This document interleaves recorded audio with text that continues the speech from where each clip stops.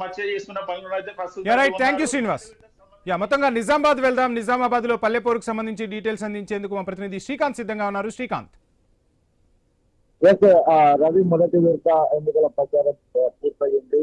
6 గంటల వరకు ఎన్నికల ప్రచారం ఉంది. అభ్యర్థులంతా హురాహురిగా మొదటి విడత ఎన్నికల ప్రచారంలో పాల్గొన్నారు.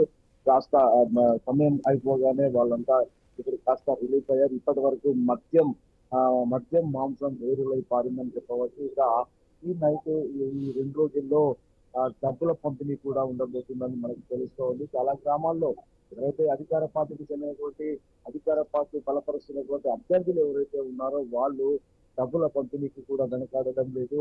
ఒక్క ఓటుకు 1,000 నుంచి 4-5 వేలు కూడా ఇచ్చేందుకు వెనకాడటం లేదు. ప్రస్తుతానికి ఉమ్మడి నిజామాబాద్ జిల్లాలో మొదటి విడత ఎన్నికల్లో దాదాపు 11 మండలాల్లో 184 గ్రామ పంచాయతీలకు ఎన్నికలు జరగనున్నాయి. ఇది కోసం 1685 పోలింగ్ స్టేషన్లను కూడా ఏర్పాటు చేశారు. ప్రతి పోలింగ్ స్టేషన్ దగ్గర సీసీ కెమెరాలు ఏర్పాటు చేశారు. సీసీ కెమెరాల నిఘాలో ఎన్నికలు జరగబోతున్నాయి. ఇందుకు సంబంధించి భద్రతా పరంగా సిపి సాయి చైతన్య ఇప్పటికే అన్ని ఏర్పాటు చేశారు. ప్రతి పోలింగ్ స్టేషన్ దగ్గర 100 మీటర్ల దూరంలో ఆంక్షలు విధించారు. 144 సెక్షన్ కూడా విధించారు.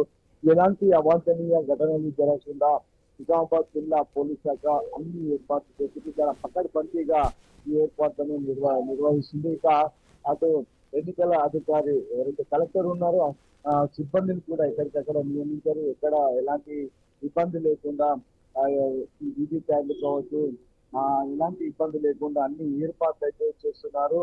ఇక ఈ ఏర్పాట్ల విషయానికి వచ్చి పోలీస్ శాఖ కావచ్చు, జిల్లా అధికార యంత్రం కావచ్చు, అన్ని చర్యలు చేపట్టారు. ఇక ఈ 2 రోజులు రాత్రి 2 రోజులు కీలకంగా మారబోతున్నాయి. ఎక్కడ నగదు పంపిణీ ఎక్కడ జరుగుతుందో అన్న దానిపైన ఇటు టీఆర్ఎస్ కావచ్చు, బీజేపీ కావచ్చు వాళ్ళంతా నిఘా పెట్టాల్సిందిగా అధికారులను కోరారు. ఎవరైతే అధికార పార్టీకి చెందినటువంటి అధికార పార్టీ మద్దతు ఇస్తున్నటువంటి అభ్యర్థులు ఎవరైతే ఉన్నారో వాళ్ళపైన పూర్తిగా నిఘా కూడా ఏర్పాటు చేశారు. ఎందుకంటే గ్రామ పోరు చాలా హోరుగా జరుగుతుందని చెప్పవచ్చు. ఇటు అధికార పార్టీ కావచ్చు, అటు బీజేపీ కావచ్చు చాలా ప్రతిష్టాత్మకంగా ఈ ఎన్నికలను తీసుకున్నారు 2 పార్టీలు. ఎందుకంటే ఉత్తర తెలంగాణలో బీజేపీ బలపడుతూ వస్తుంది. అందులో కీలకంగా నిజామాబాద్ జిల్లా ఉంది.